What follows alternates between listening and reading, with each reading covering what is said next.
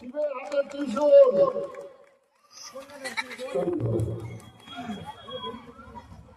এবারে শেষ নজরুলের কথা। নজরুল কি বললেন? তিনি বললেন একই বৃন্তে দুটি কুসুম, হিন্দু মুসলমান। মুসলমান তার নয়নে মনে, হিন্দু তার প্রাণ। আপনারা যারা কালিয়াচক, দেগঙ্গা, তপন দার সঙ্গে তপন ঘোষ, হিন্দু সংহতির প্রতিষ্ঠাতার, তার সঙ্গে এসেছিলাম আমরা ট্রেনিং। এবং আমাদের কাটুয়া, মুর্শিদাবাদের ফুলিয়ান, মালদার মথুরাবাড়ি, কলকাতার মহেশতলায় লেখা আছে দেওয়ালে দেওয়ালে। খুব ভালো কথা, আপনারা যারা একটু লেখাপড়া জানেন তাদের উদ্দেশ্যে বলে এই কবিতাটার মর্মার্থ একটু অনুভব করবেন। কবিতাটার যিনি বললেন, এখনই যদি অ্যাক্সিডেন্ট হয়, অ্যাক্সিডেন্ট যদি চোখ দুটো নষ্ট হয়ে যায়, তাহলে আপনারা কি তাকে শ্মশানে নিয়ে যাবেন? নয়নের মনে যদি নষ্ট হয়ে যায়, তাকে শ্মশানে নিয়ে যাবেন? কি বলুন? শ্মশানে নিয়ে যাবেন না, কারণ তার দেহে প্রাণ আছে। এবারে যখন দেখা গেল চোখ দুটো ভালো রয়েছে, নয়নের মনে সুন্দর, তার দেহে প্রাণ নেই, তাই কি হবে? তাকে মৃত বলে ঘোষণা করে নিয়ে যাবেন শ্মশানে, না হলে কবরে। তাহলে নজরুল একজন মুসলিম কবি, তিনি বলছেন নয়নের মনেই হচ্ছে মুসলমান, আর হিন্দু হচ্ছে তার প্রাণ। তাহলে নয়নের মনে চলে গেলে নয়নের মনে আমদানি করা যাবে। ভাই, যারা ভোটের জন্য নয়নের মনে নিয়ে কাছাকাছি করছো, নয়নের মনে পাওয়া যেতে পারে, কিন্তু যদি প্রাণ না থাকে ভারতবর্ষ থাকবে না।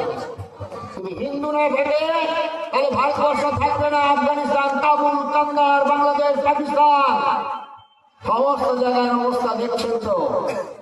তাই যতদিন হিন্দু থাকবে ততদিনই ধর্মনিরপেক্ষতা, ততদিনই গণতন্ত্র, ততদিনই ভোট, ততদিনই আপনার কীর্তন, ততদিন পূজা, ততদিন সাধু সন্ন্যাসী, ততদিন মহাপুরুষ, ততদিন মন্দির মঠ। যখন হিন্দু কমে যাবে সব শেষ হয়ে যাবে। তাই নজরুল কবি তিনি বললেন, হে পার্থ সারথি বাজাও বাজাও তব পাঞ্চজন্য শঙ্খ, ধনুকেরই টঙ্কারো হানো হানো, গীতার মন্ত্রে জীবন দানো। কেন বললেন? কিন্তু বলতেই পারতেন বাইবেলের মন্ত্র জীবন দানো, কিন্তু বলতেই পারতেন কোরআনের মন্ত্র জীবন দানো। তিনি বললেন না, গীতা, শ্রীমদ্ ভগবত গীতা পৃথিবীর সমস্ত মানুষের কল্যাণের জন্য। শ্রীমদ্ ভগবত গীতা একজন বালক থেকে যুবক বৃদ্ধ, শ্রীমদ্ ভগবত গীতা একজন বালিকা, একজন সধবা বিধবা, শ্রীমদ্ ভগবত গীতা একজন গরিব, সন্ন্যাসী, সিপাহী, মিলিটারি, সবার জন্য শ্রীমদ্ ভগবত গীতা আকাশের মতো উদার, বিনা তেলের প্রদীপ। তাই শ্রীমদ্ ভগবত গীতা শুধু ঠাকুর ঘরের জন্য নয়। যারা বলেন, যারা আমাদের 5 লক্ষ কণ্ঠে গীতা পাঠের বিরোধিতা করে, গীতা পাঠ কেন মাঠে হবে, গীতা পাঠ তো ঘরে, গীতা পাঠ তো ঠাকুরের মন্দিরে, তারা মূর্খ, তারা জানে না শ্রীমদ্ ভগবত গীতা কুরুক্ষেত্রের যুদ্ধের মাঠে হয়ে চলে তৈরি। সেখানেই ভগবান অর্জুনকে উপলক্ষ করে বলেছিলেন, এই পার্থ নৈতত্য পদ্ধতি ক্ষুদ্র হৃদয় দুর্বল দেখে উৎকৃষ্ট পরন্তপ অথবা প্রাক্ষসী স্বর্গম জিতা বা ভাষ্যসী মহিম অথচ চাইমান ধর্ম সংগ্রাম পরিশ্বসী তত স্বধর্মন কীর্তি জুয়া হিংসা পাপা মাবাসী। হে অর্জুন, তোমার তীব্রতার দুর্বলতা পরিহার করো, পরিত্যাগ করো, ওঠো, জাগো। অন্যায় বিরুদ্ধে ন্যায়কে প্রতিষ্ঠা করা, অসত্যের বিরুদ্ধে সত্যকে প্রতিষ্ঠা করা, অধর্মের বিরুদ্ধে ধর্মকে প্রতিষ্ঠা করা, তার জন্য তোমাকে অস্ত্র ধারণ করতে হবে। আর এই অস্ত্র ধারণ করে যুদ্ধক্ষেত্রে তোমাকে কখনো বল, কখনো ছল, কখনো কৌশল অবলম্বন করতে হবে। এই বাংলার হিন্দুটাকে আবেদন, কখনো আপনারা প্রতিবাদ করবেন, কখনো বা প্রতিরোধ করবেন, কখনো বা প্রতিশোধ ঝাঁপিয়ে পড়তে হবে। তবে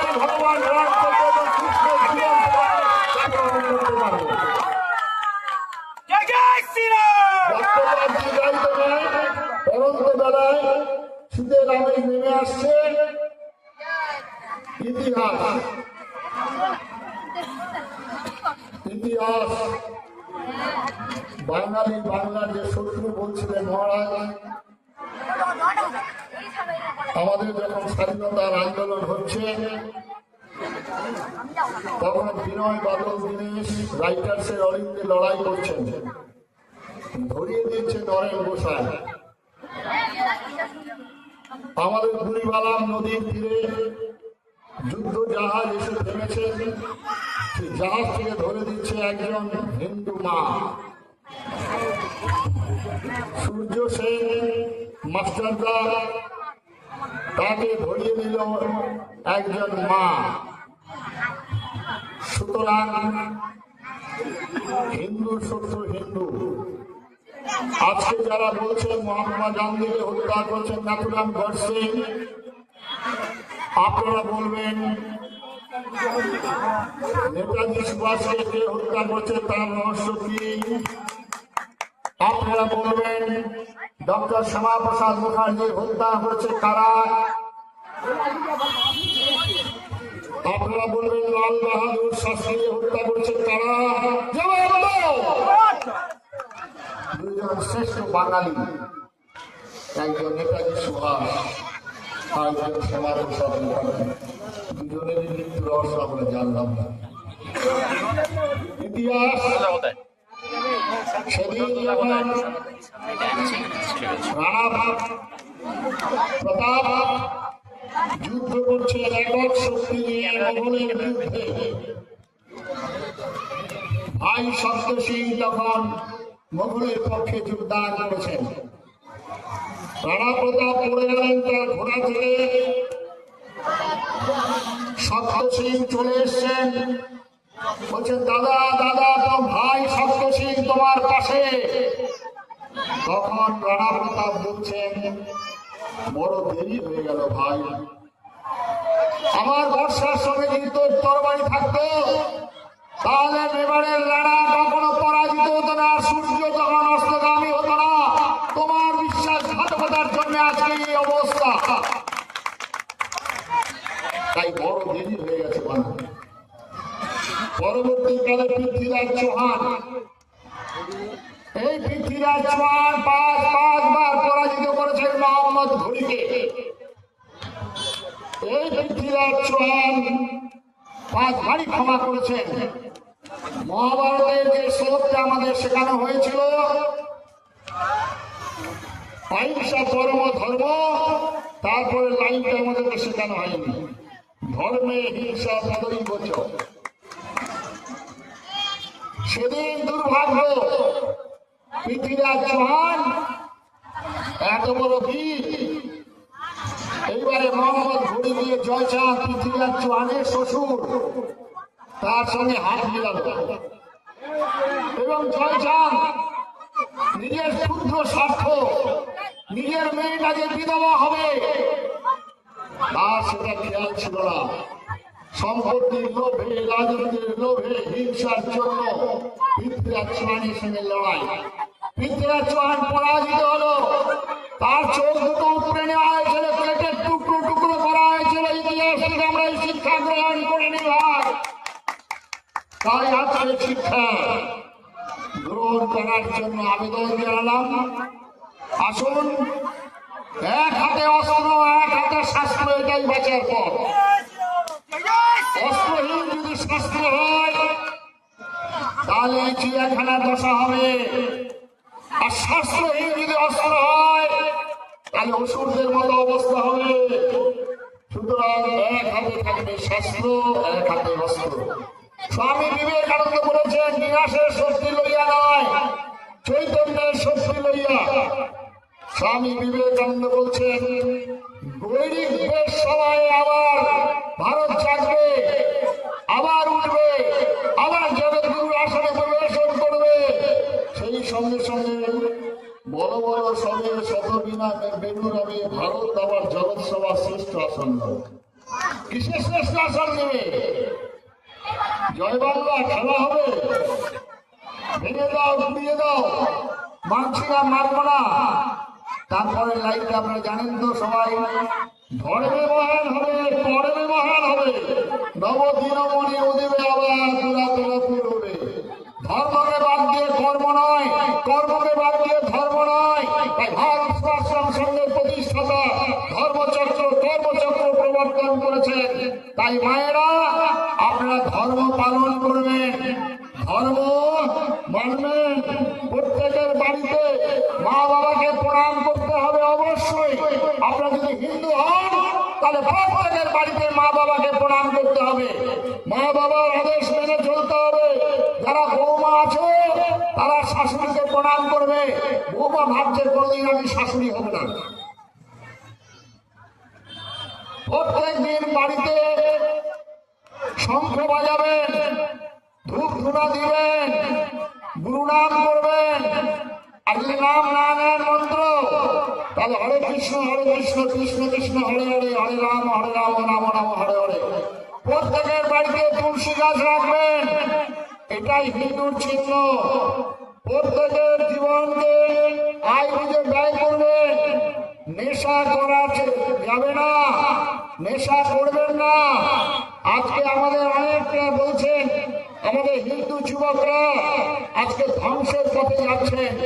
আর খালি ভয়কারটা ভোট আর জলের লাইসেন্স লাগাবেন নাই বলছে। এই অবস্থা আমাদের, কারণ আমাদের মদের ছেলেরা নেশা করছে। মুসলমানদের অনেক দোষ আমরা সমালোচনা করি, কীর্তনে বাধা, আমাদের দেশ বডি নিয়ে যেতে বাধা, মন্দির মসজিদগুলো রাস্তার পাশে। আমরা গরুকে রুটি খাওয়াই, আর একদল রুটির সঙ্গে গরুর মাংস খাওয়াই। এই দুটো মতের কখনো মিল হয়নি ভাই, হবে না। যারা মূর্তি পূজা করে, একদল বলে মূর্তি ভাঙা আমাদের রক্তে, তাদের সঙ্গে কখনো মিলন হবে না ভাই। তার জন্য দাঁত এবং জিভ সহাবস্থান, দাঁতগুলো সঙ্গবদ্ধ শক্তিশালী, তাই জিভ কখনো দাঁতের ফাঁকে পড়ছে না। আর এই দাঁত যখন নড়ে, জিভ বারবার করে আঘাত হানে, এটা জগতের নিয়ম। তাই মা কালীর সামনে বলি হয় পাঠার আর ভেড়ার, কোন মন্দিরে বাঘের বলি হয় না, কোন মন্দিরে সিংহের বলি হয় না। তাই আজকে প্রত্যেকের শক্তি শক্তি শক্তি শেষ কথা। আজকে এরকম প্রত্যন্ত দক্ষিণ 24 পরগনার যুবক ভাইরা যারা আছো, তোমরা রয়্যাল বেঙ্গল টাইগার যাদের সাথে তোমরা লড়াই করেছো, মাটি কামড়ে পড়ে আছো, তোমাদের উদ্দেশ্যে শত ধন্যবাদ জানাই। তাই বিদায় নেবার আগে শুধু ফুলে নয়ন জলে জলে কাকুতি বিনতি গানে পূজা দেব না তো এবার। সংকল্প করিতে হইবে সুরবধিবার, তবে আমি বিশ্ববাদে বাঁচিবার চির অধিকার। দুর্গম গিরি কান্তার মরু দুস্তর পারাবার, লঙ্ঘিতে হবে রাত্রি নিশীতে। বাঙালি হিন্দুরা হুঁশিয়ার হুঁশিয়ার। মায়েরা আপনারা সংযত হন, প্রার্থনা করুন।